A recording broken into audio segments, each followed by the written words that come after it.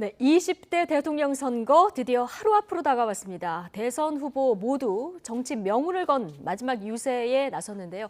승자의 미소 결국 누가 짓게 될까요? 여야 선대위 관계자 두 분과 지금부터 이야기 나눠보겠습니다. 현근택 더불어민주당 선대위 대변인 그리고 김경진 국민의힘 선대본부 상임공보특보단장 오셨습니다. 어서 오십시오. 안녕하세요. 예, 안녕하십니까. D-1 벌써 내일이 투표일입니다. 네네. 뭐 두 분도 선대위에서 굉장히 열심히 달려오셨기 때문에 지금 심정이 어떠실지 굉장히 궁금해요. 어떠십니까? 팽팽하죠. 긴장된 감정이죠. 왜냐하면 지금 마지막 날이기도 하고 이번 선거 아시겠지만 이런 선거가 없었거든요. 예전에는 대부분 뭐 1위 앞서간 후보는 계속 앞서갔고 그다음에 2위 후보는 어느 정도 격차가 있었는데 이번 선거는 엎치락 뒤치락 하고 있거든요. 그러다 보니까 저희들도 항상 판세 영향을 신경 쓰지만 또 이제 막판에 이제 뭐 실언이라든지 말 한마디 잘못했을 때 굉장히 영향이 크기 때문에 그런 부분 조심하고 있고 결국은 아마 국민들이 선택을 할 거다. 결국은 이제 투표를 저는 많이 해야 된다고 봅니다. 투표율이 높으면 아마 많은 국민들이 민심이라는 게 준엄하지 않습니까? 어쨌든 뭐 그 민심의 흐름에 따라갈 걸로 이렇게 보고 있습니다. 예, 김경진 특보 지금 어떤 마음이세요? 글쎄요, 그 지난 5년 동안 우리가 조국 사건, 또 윤미향 의원 사건, 또 대장동 사건 이런 수없이 많은 사건들을 봐왔는데요. 거짓으로 국민을 속여왔던 민주당 정부 이제는 끝낼 수 있는 시간이 거의 다가왔다. 그래서 내일 국민들께서 적극적으로 투표를 해주시고 이 민주당 정부 5년의 폭거를 좀 끝내주시라라는 부탁 말씀드리고 싶습니다. 네, 유권자들에게 한 표를 행사해달라 두 분 다 이제 호소를 하셨는데 마지막 유세에 나선 대선 후보들은 어떤 얘기들을 했을까요? 먼저 현장 모습 영상으로 보고 오시겠습니다.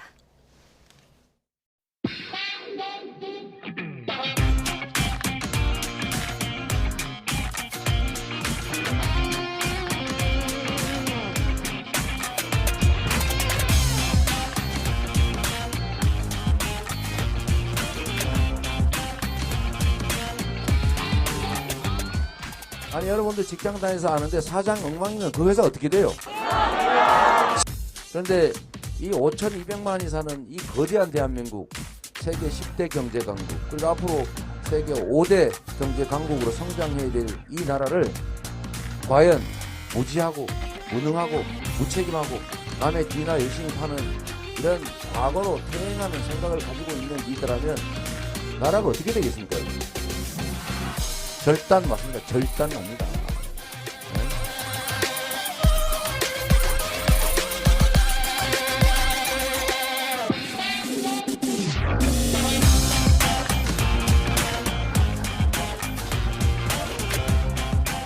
어떠한 정파든 간에 국민을 먼저 생각하지 않고 정파의 이익만 따지는 그런 사람들은 민주주의를 외면한 사람들이고 국민을 속이는 사람들입니다.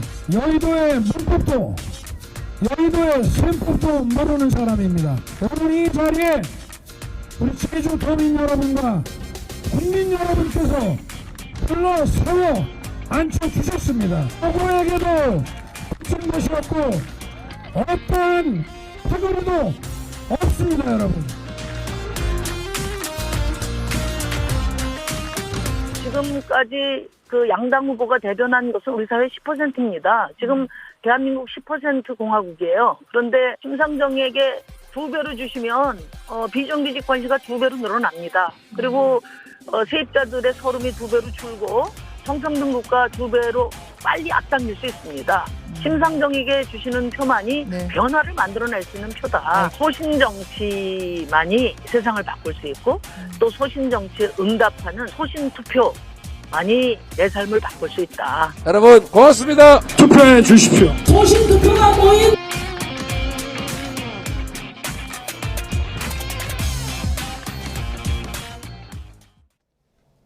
네, 이재명, 윤석열 그리고 소신투표를 강조한 심상정 후보 모습까지 모두 보고 오셨습니다. 모두 뭐 지금 강행군을 펼치고 있는 이런 상황인데요. 이재명 후보 어제 전국을 돌고 오늘은 마지막 날인데 이제 수도권에 집중하고 있습니다. 이게 박빙이기 때문에 역시 수도권이 승부처다 이렇게 보시는 걸까요? 그렇죠. 수도권의 인구가 전 인구의 반이 넘습니다. 물론 뭐 수도권 집중 현상 때문에 그러긴 하지만 지금 사실 수도권이 팽팽하거든요. 경기도는 뭐 도지사를 지내서 저희들이 좀 앞선다고 보고 있는데 서울 같은 경우에는 지난번 뭐 재보궐선거 영향도 있고 부동산 영향도 있어서 저희들이 약간 약 10세 아니냐로 보고 있는데 충분히 이제 해볼 만하다라고 네. 있어서 일단 수도권에서 물론 꼭 그렇지는 않습니다만 서울 같은 경우 대부분 서울에서 이긴 분이 이겼거든요. 그동안에 안 그런 경우도 있었습니다만 예. 그래서 일단 수도권에서 저희들이 이긴다면 충분히 이길 수 있기 때문에 승리한다고 보기 때문에 수도권에 일단 집중하고 있습니다. 네. 윤석열 후보는 오늘 첫 일정을 제주에서 네. 시작하셨습니다. 이거 민주당에서 제주 홀대하냐 뭐 비판도 좀 작용을 한 겁니까? 글쎄요. 그 민주당 말씀하고 네. 다르게 네. 어쨌든 대통령 후보라면 전국의 모든 지역의 말을 두루두루 지금 골고루 들어야 네. 되고요. 후보께서 사실은 이제 예비 후보 기간에 제주도를 2번인가 3번인가 가셨어요. 지난번에 네. 강정마을도 가시고 예. 뭐 노무현 대통령 생각하시면서 울컥하셔서 눈물도 보이시고 이랬는데 이상하게 지금 본선거 기간 중에는 제주도를 한 번도 못 갔어요. 예. 그래서 선거 유세 마지막 날이라도 반드시 제주도를 한번 가야겠다 이렇게 마음을 먹으셨던 것 같고 그래서 제주도, 부산, 대구, 대전, 서울 이렇게 이어지는 동선을 짰고요. 예, 결국은 일정을 보면 굉장히 이제 빡빡한 일정인데 빡빡하죠. 예, 전략을 좀 말씀해 주실까요? 이제 전략이라는 게 특별한 건 없고요.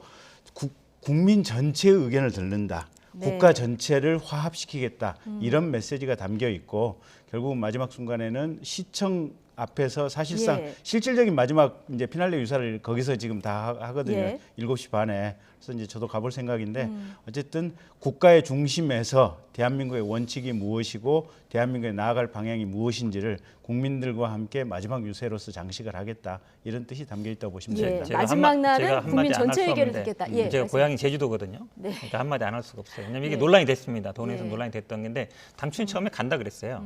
그러다 이제 안 가게 돼서 뭐 당대표도 가고 이제 원희룡 지사도 갔는데 사실 어찌 보면 약간 홀대한 게 맞죠. 왜냐면 선거운동 기간 중에 안 온 후보가 없었어요. 지금까지. 그러다 보니까 논란이 된 거고 또 사실 이제 서울 수도권에 집중하고 있는데 물론 이제 인구가 많으니까 그리고 초접전이기 때문에 한 건 이해하지만 처음부터 그럼 갔어야 되는 거죠. 나중에 아마 이제 홀도름 나오고 이러다 보니까 지금까지 또 제주도에서 이긴 후보가 거의 이겼거든요. 대부분 이제 그런 거 반영한 것 같은데 당초에 저는 예정됐을 때 바로 갔으면 좋았을 거다. 물론 나중에라도 간 건 다행입니다만 네. 이게 왔다 갔다 하는 거는 제가 보기에 도민들한테는 좋지 않은 것 같습니다. 어쨌든 저 윤석열 후보 선대위에서는 국민 통합의 메시지로 제주부터 이제 서울까지 돈다 이런 얘기를 해주셨고요. 뭐 좋은 말씀해 주셔서 감사합니다. 예, 알겠습니다. 자, 어쨌든 말씀하신 대로 마침표는 오늘 두 분 모두 서울에서 그렇습니다. 예, 예. 되는데 청계광장하고 서울광장의 대결입니다. 마지막 장소에 대한 의미도 굉장히 중요할 것 같은데요. 네, 네. 예, 마지막 장소를 고른 그 의미를 좀 들어볼까요? 결국 서울이 한복판이고요. 네. 이게 또 이 청와대도 근처에 있고 네. 또 광화문 시대를 열겠다고 하는 강한 의지를 윤석열 후보께서도 피력을 하셨고 예. 그래서 이게 국민들의 뜻이 이렇게 함께 모일 수 있는 장소 결국은 시청 앞 광장을 네. 선택을 한 것입니다. 이재명 후보는 이제 청계광장 뭐 네네. 비슷한 거리에 있기 네. 때문에 오늘 시간도 좀 겹치게 되면은 굉장히 그 지역이 북적북적할 것 같은데요. 청계광장에서 마지막 그 유세를 그 이야기를 하는 이 포인트를 잡은 일단 청계광장이 물론 이제 광화문 광장에서 네. 예전엔 같은 게 많이 했었는데 지금 공사 중이다 보니까 네. 청계광장이 아마 기억하시겠지만 촛불 2017년 촛불 혁명이 시작된 곳이거든요. 곳. 그렇죠. 예. 이재명 후보가 거기서 또 연설을 해서 굉장히 유명해졌거든요. 여기 메시지는 분명합니다. 그러니까 민주주의가 후퇴했을 경우에는 경제도 어려워진다. 그러니까 민주주의 현재 위기다. 검찰 공화국이 들어섰을 경우에는 민주주의뿐만 아니라 국가의 미래, 특히 경제, 민생 문제도 어려워진다. 이런 메시지를 내는 것이고요. 예. 시간은 저희들이 7시고 윤석열 후보가 8시 반이기 때문에 제가 보기에 아마 1시간 반 정도면 유세 끝나니까 뭐 직접 이렇게 겹치지는 않을 것 같습니다. 예. 오늘 심상정 후보는 청년, 진보 이런 키워드로 대학가들을 도는 이런 유세 일정을 보이고 있고요. 선거운동 규칙이 굉장히 복잡하더라고요. 유세 차량 이용한 유세는 9시까지만 가능한 겁니까? 그러면 그렇죠. 예. 마이크는 11시까지고. 11시까지. 그렇죠. 그러니까 아마 이제 어. 저희 같은 경우에는 청계 끝나면 그 다음에 이제 홍대라든지 갔을 경우에는 예. 이제 그냥 이 핸드 마이크나 이런 걸로 쓰는 거고 11시 남으면은 보통 후보들이 이제 그냥 그 마이크 없이 다니면서 네. 육성으로 아니 보통 뭐 연설하기보다는 사람들 만나면서 예. 이제 수고하다 그러고 12시까지 할 수 있습니다. 네, 12시에 딱 12시까지. 끝나는 거죠. 네. 마지막 정말 1초 전까지 정말 혼신의 힘을 다 하실 것 같은데 자, 이재명 후보는 마지막에 이제 홍대로 가시는 거고요. 네. 윤석열 후보는 강남역 일대 건대. 예, 그러니까 역시 이제 예. 서울광장에서 하시고 그다음에 네. 건대 앞으로 갔다가 아마 마지막 끝나는 지점이 강남역 쪽으로 그렇게 정해져 예, 있습니다. 마지막 보면 이제 젊은이들이 모이는 장소들에 두 분 다 포커싱을 맞추셨는데 네. 자, 캐스팅 보트라는 MZ 민심 지금 어디로 향하고 있다고 보십니까? 글쎄요, 내일 저녁이면 알겠죠. 뭐 내일 어느 정도. 저녁이면 알겠다. 굳이 지금 분석 안 해도 된다. 근데 예. 이제 중요한 건 이런 것 같아요. 젊은이들이 상실감이 많습니다. 예. 그러니까 옛날 같은 경우 저 대학 졸업했을 때까지만 해도 뭐 4군데건 5군데건 6군데건 그냥 이렇게 취업 원서 내기만 하면 됐었거든요. 근데 요새는 취업하는 것 자체가 하늘의 별 따기고, 근데 취업을 하기 위해서 대학원 공부 얼마나 그 전에 투자 공부를 많이 합니까? 근데 이게 국가 전체적으로 보면 사실은 제대로 된 기업이 안 들어서고 제대로 된 일자리가 안 만들어지다 보니까 지금 그런 상황 아니겠습니까? 예. 그래서 그런 어떤 젊은이들의 상실감들, 이런 문제를 우리 후보가 명확한 비전으로서 이게 젊은이들에게 대안을 제시하고 있으니까 그런 부분을 통해서 이게 20대, 30대들을 통해서 표를 소구하겠다, 네. 이런 의미가 담겨 있습니다. 예, 청년들의 상실감 이게 집결하면 결국 점을 표심이 윤석열 후보에게 올 것이다. 네. 뭐 역으로 얘기하면 이렇게 해석을 하시는 것 같기도 한데 민주당에서는 20대를 포함한 젊은 여성층 표의 결집을 좀 기대하고 있는 것 같아요. 네, 그렇습니다. 오늘이 이제 세계 여성의 날이거든요. 예. 그러니까 윤석열 후보도 보니까 뭐 여가부 폐지라든지 무고죄 이걸 다시 올리셨던데, 사실은 여성의 날에 올릴 수 있는 공약이 맞느냐 이런 논란이 있습니다. 저희들이 최근에 2030 여성, 사실은 뭐 이준석 대표라든지 윤석열 후보가 계속 남녀 갈라치기를 많이 해왔거든요. 예. 그런 면에서 보면 최근에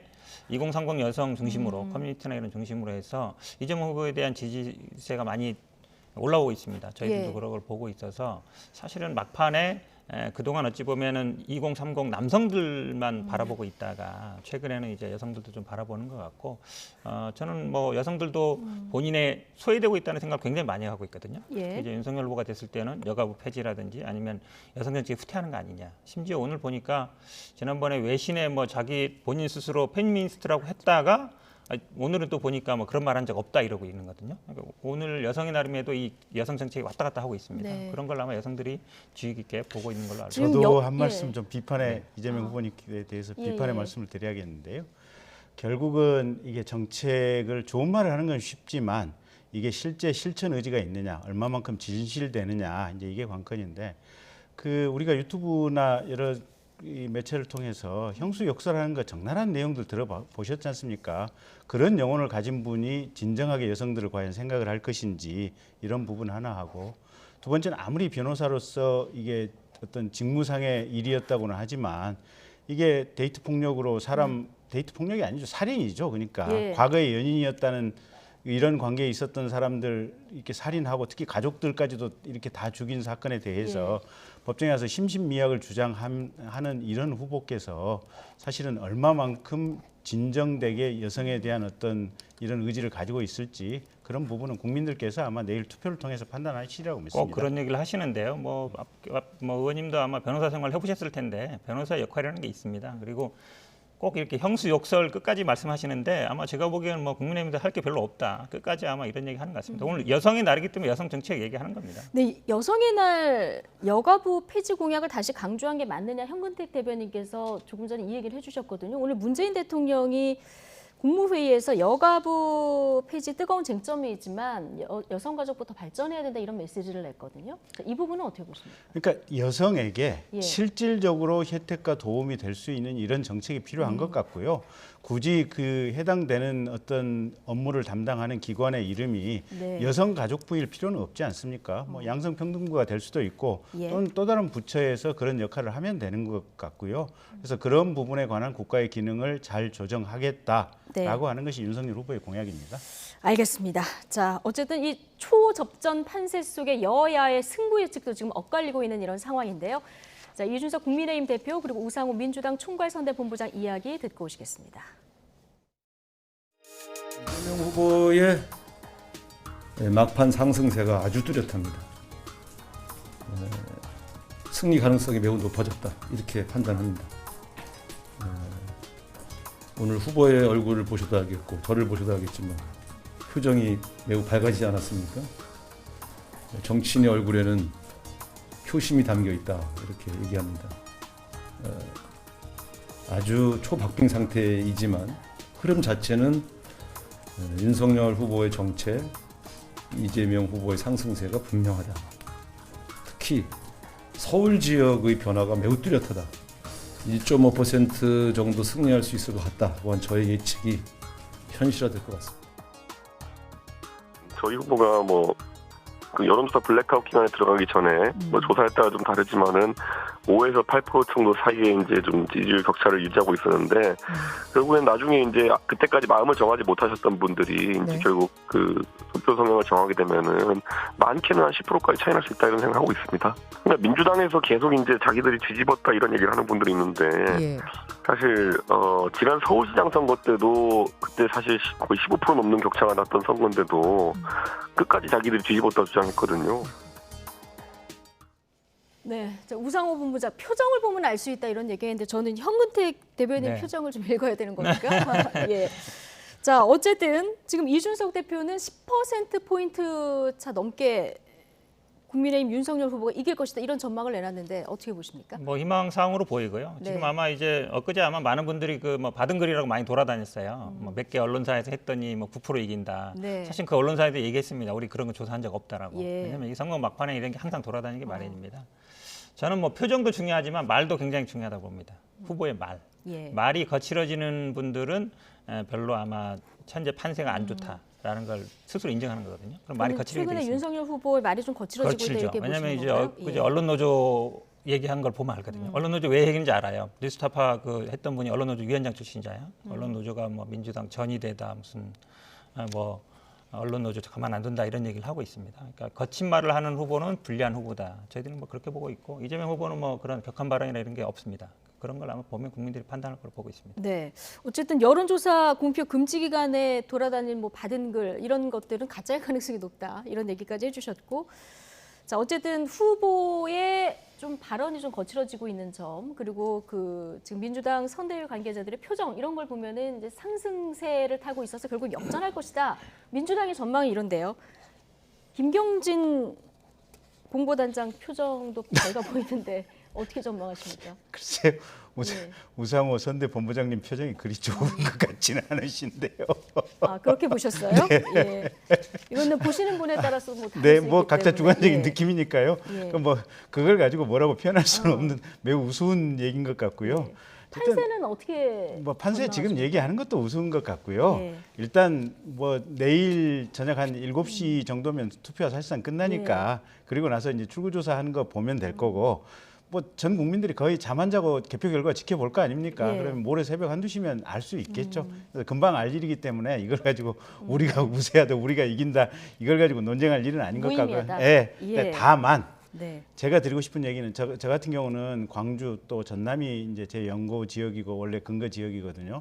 호남에서 저한테 이제 전화를 주시는 분들 중에 야 내가 조국이 때 이게 민주당에서 그 관광버스 해서 타고 올라가서 서초동에서 내가 촛불 시위를 했었다. 근데 지금 살고 보니까 세상에 이렇게 내가 속았고 그 많은 시간을 이 거짓말에 속아 넘어가지고 내 시간을 이게 낭비를 했었다. 네. 이자들에게 뜨거운 심판의 맛을 보여줘야겠다라고 전화해 주신 분이 몇 분 계시고요. 예.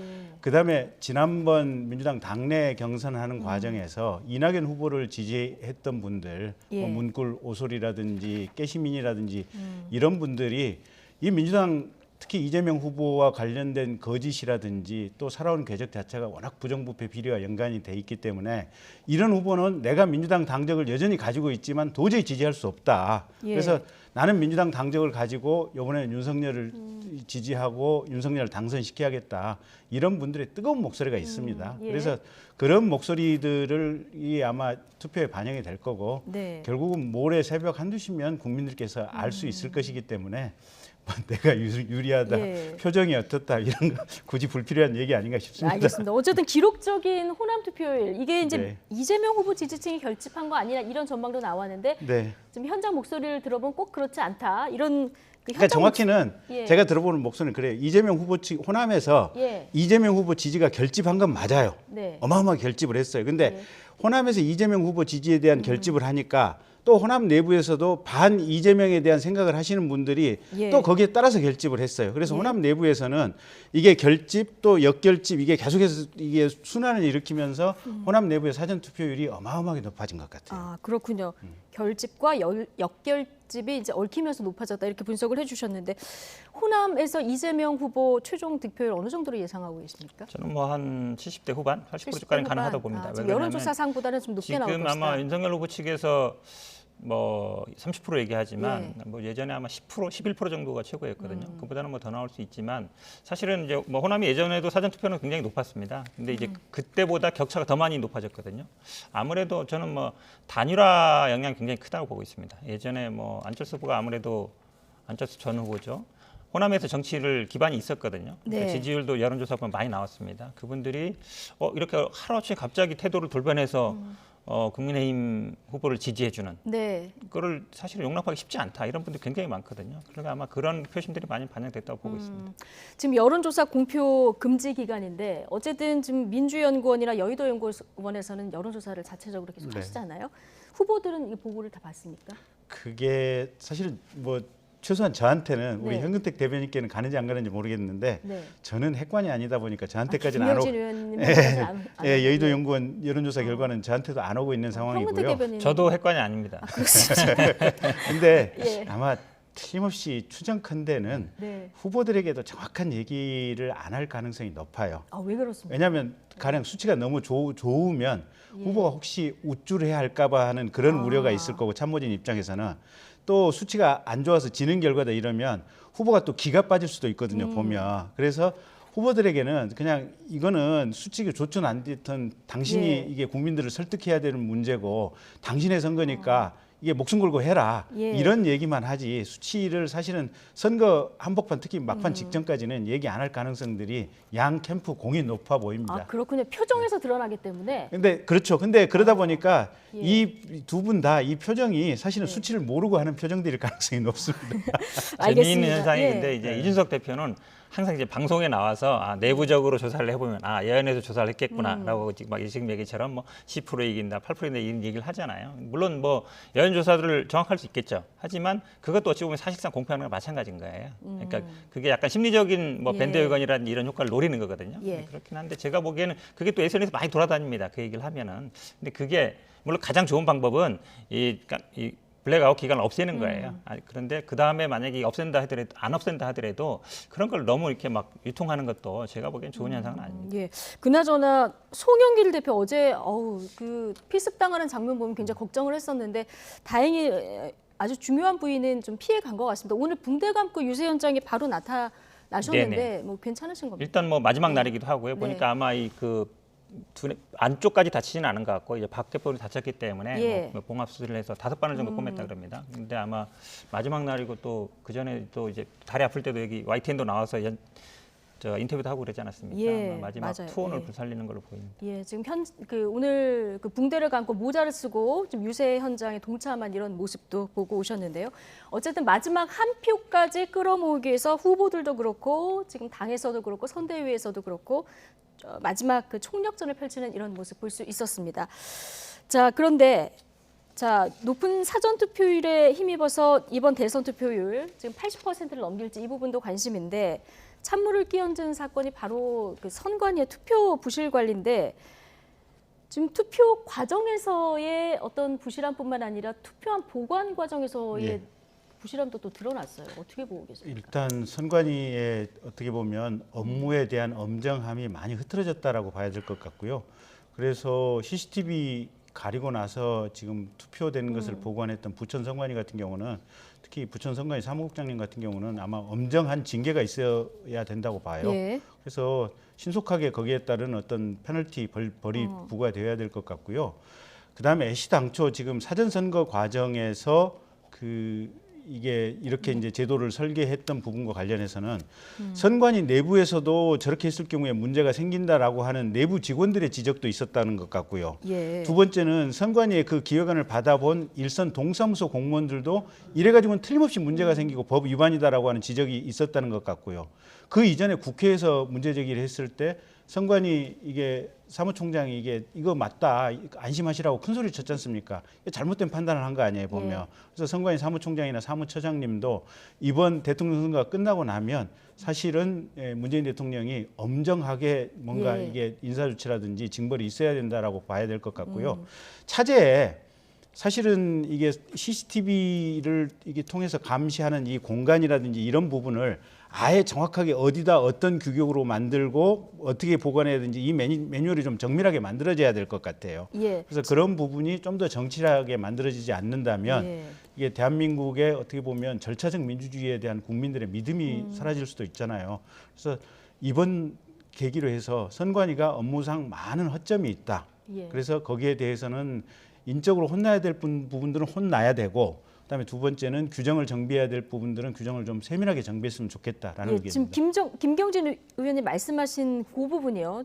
지금 공직선거법 176조를 보면은 우편 투표함은 영상 정보 처리 기기가 설치된 장소에 보관해야 된다 이렇게 이제 규정은 돼 있는데. 그렇죠.